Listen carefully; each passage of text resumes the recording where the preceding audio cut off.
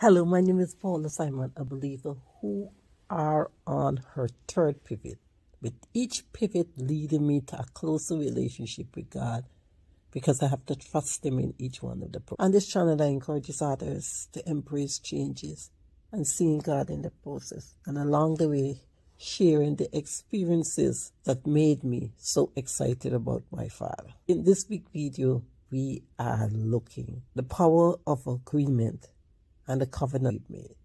Yesterday at church service, I listened to Pastor Sarah Jakes Roberts, and she talked about the power of agreement. And she said that we have to make an agreement with what God say about us as against what we think or what other people say about us. So when we agree with God, you would get somebody who said, come to you with something or the other. You know it's not of God. You could listen to them, or you don't even have to listen to them. You could dismiss them instantly. I understand that, yes, and it makes sense. But this morning, I woke up. This whole realization dawned on me. Are the covenants that I had made. You see, I had made a covenant with lack. And let me give you a little backstory. If you had listened to any one of my videos before, you heard me mention this. My father died when I was 8 years old. But along with that, I had a mother who worried a lot. And to an extent, you could understand why she was like that. Her mother died young, and she did not have it easy as a young woman, and then having children and all of that sort of stuff. And somewhere along the way, she leaned into this. She made this covenant with not good enough. She made this covenant that her life would always be hard because she said it. And she said those words all the time to us as children. And it's an as an adult, the whole realization or the impact of what she was saying down on me. Because she said, oh, anything I get, I got to work hard for. Nobody don't give me anything. And she said that. So somewhere in her difficult childhood or young adulthood, and as a young mother, she bought into that based on her circumstances. And sometimes if you could have gotten a peep into her life around that time like a fly on the wall, you realize that she had several opportunities to do other things. But because she made that covenant with poor me, she made that covenant with lack. The lack of knowledge, not knowing better. And if you look at it even up to today, some people are, I will never be able to afford that. It's a lack. It's a covenant they make with lack. So what happens when you make the kind of covenant and you believe it in every cell of your body? You keep reliving your covenant. You get a constant reassurance that, oh, I was right. You see, I know this can happen. I know this body's not to be trusted. I know this or the other is going to bother me. So we make that covenant. And that is what I realize the covenants I've made over the years. I made those covenants with lack because we had, after my father died, we had it tough financially. That, along with the worry that I got from her DNA, plus sitting down and spending a lot of time worrying with her, and then the manifestation of our worry was in front of us, I made my covenant too with lack. When I look back at times, the things I was worrying about, especially financially, I had no need to worry. I was this bad, believers. I would start worrying now in May about a September, October financial responsibility. And how it is feeling in my body now, if you could measure it, it would come up as the bill past due or the bill due tomorrow. That is the level of intensity or worry would be in my body. That would result in a headache for an expense that is due in September, October. Yes, that was it. That's how I would worry all the time. Those were the covenants that I make. And what happened is that I will earn, and because the covenant was so strong, I would never consider myself, who knows, somebody might think otherwise, that I was a frivolous spender or a squander money. I wouldn't squander money on bags and shoes or stuff for myself, but then I would give it away. I would give to persons, and these people, I was planting bad seeds. Because number one, the cause was a bad cause because it's things that they change and they refuse to change. And secondly, a lot of them didn't even have me good in mind.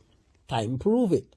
But what I did, I keep making these bad seeds. So as I make these bad investments, instead of handing somebody a $50 or so, just hand them 20 and put the 30 away for myself. No, Paula did not do that. When you get that money, you do not balance it well because you have to go back to your foundation.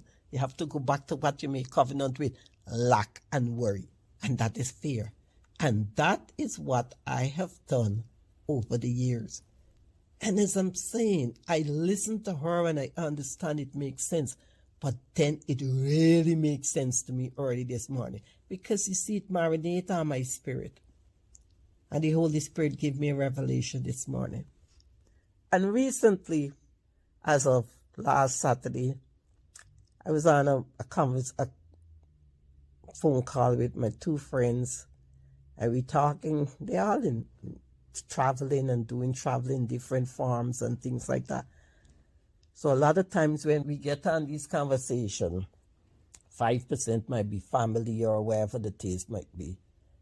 95% is about traveling. We talking about hotel, but next we're going to go, blah, blah, blah. And I said something to them, which I'm certain I had said several times to them before. And I don't know if I'll be editing this video. I'll decide whether or not it's going to stay in, but as now I'm saying it, is that I said to them, I said, oh, well, because I was moving at the beginning of the year, I did not make much summer plans in the sense not that I told myself I wouldn't be, not that I told myself that I would not be traveling. It's just that like I was so caught up with trying to get all these other stuff done that I did not make enough summer plans. And usually you get better deals for the summer if you plan earlier, as against now you will have to spend more. So I turned and told them, I said, oh, well, I make concern. And since I am not earning, I don't have a job, I'm still living on my savings, I got to be careful. And as I'm saying these words to these girls, my body started feeling weird. I came off of the phone, and like that is the only part of the conversation keep resonating in my head. And I can feel, you get this ease, this discomfort in your body. Fast forward now, that's like 48 hours afterwards, waking up, this whole revelations come to me. Is that, yes, it's the covenant. Although I had gotten rid of so much part, this still, because this is what you will say generational curse. This particular negative covenant that I made with lack, that I inherited. And then, like for instance, my mom had a little, let me give this scenario. It's like my mom had a little shack at the back of a yard, or she inherited, because I think her mom was like that. She inherited this little cottage. Who knows? It might be in a not so good state, and so because they weren't wealthy, so it wasn't mightn't be well taken care of. But she passed it to me. I don't think she passed it to anyone. I don't think my brothers and sisters and them worry like how I worry. To that level. I know they got a concern and things like that.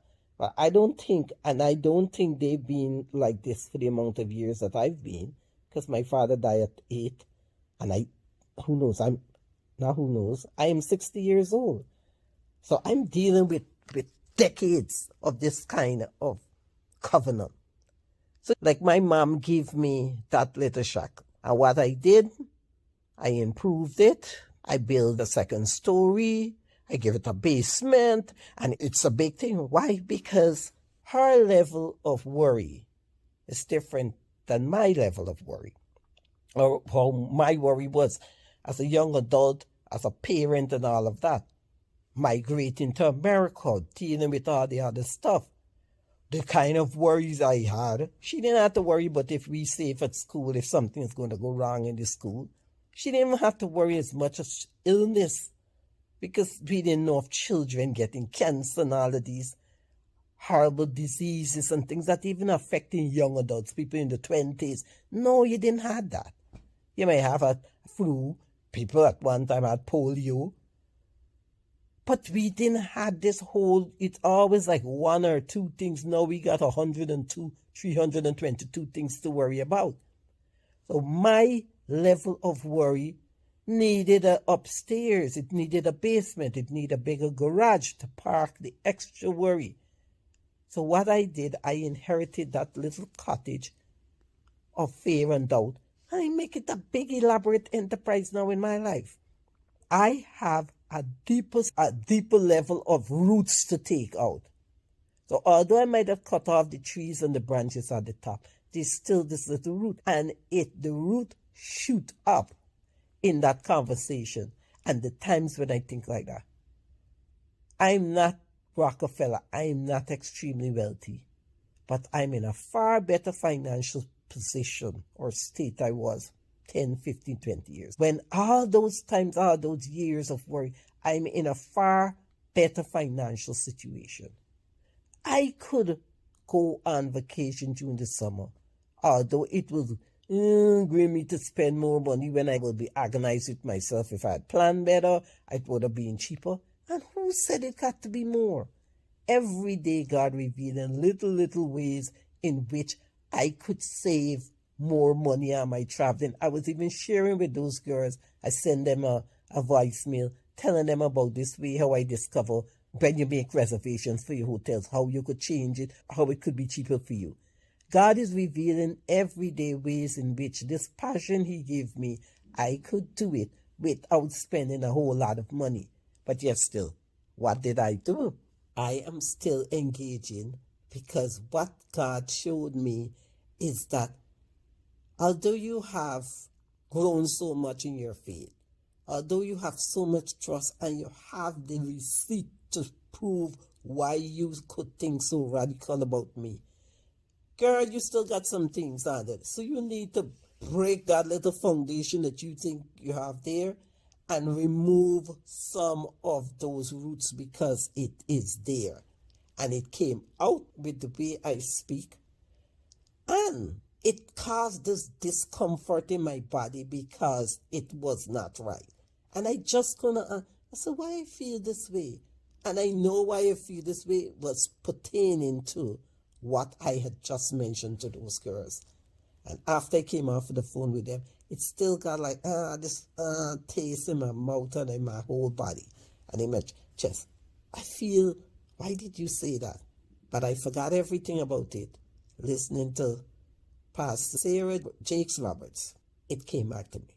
I don't know what covenant you had, and we do not even realize it is. The covenant we make with negativity about our body, the covenant we make that we're not good enough.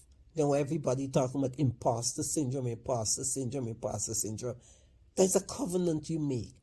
It is a covenant with something that it's against what God say about you or what God say about us. We are wonderfully made. And these covenants we make covenants about our body not being right. This body don't like us. We make covenant with anger. We make covenant with jealousy. And these things keep repeating in our lives. We are like a hamster wheel because we haven't learned to break the covenant. In fact, we ain't even realizes that. Okay, I'm not saying that you might not attempted or wrong me, but I'm not going to sign up or make the covenant that I'm going to walk around with this anger towards you. I have to, because my Father cannot work in the space and in the energy that I'm giving to the anger that I have towards you. So I have to let the anger towards you go. Look at it differently, although it is hard. And would it happen instantly? No, as I tell you, look in my case. I know I have to deal with it.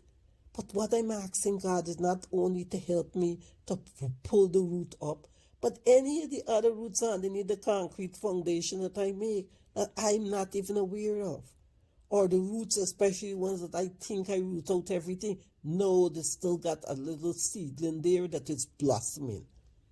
I have to ask God to help me with that in order to experience what He has in store for me and my plan. We have to think different. This is a way of saying stinking thinking. And even when we think we're thinking different, there's still something there. So believers, this is the video I want to share with you guys. And let me tell you something. I'm recording this video in a room that is dark. So chances are it will come over like if it's a podcast. I hope the song is good because I'm talking without the mic. I couldn't wait to set up everything, and no, the excitement was in me and I had to share it right away. So that's it. If you are listening to me for the first time, welcome, welcome, welcome. A returning subscriber or visitor, welcome also. If this video or any of the other videos on my channel is of help to you, please share. And you know what? If you're not a subscriber, why not subscribe? Be part of the family. Turn on the notification button. The YouTube will let you know when a new video is up. If you are having anything that is disturb you now, that has been disturbing you for a while, if it's your finances, you always think you're out of debt and then next thing you know you're back into debt. There's a covenant. Ask God to help you with it. Ask Him to let you look at the real truth and the real root of why you are repeating these patterns. Get in agreement with God. All the things He said, you were head and not the tail. You'll be a lender, not a borrower. He said you will have perfect health. By His stripes you are healed. Our Father died on the cross that we could live life and live it abundantly. And if we're not experiencing that, there's something off. Ask God for the revelation and He will reveal it to you. Take care and have a blessed day. Bye.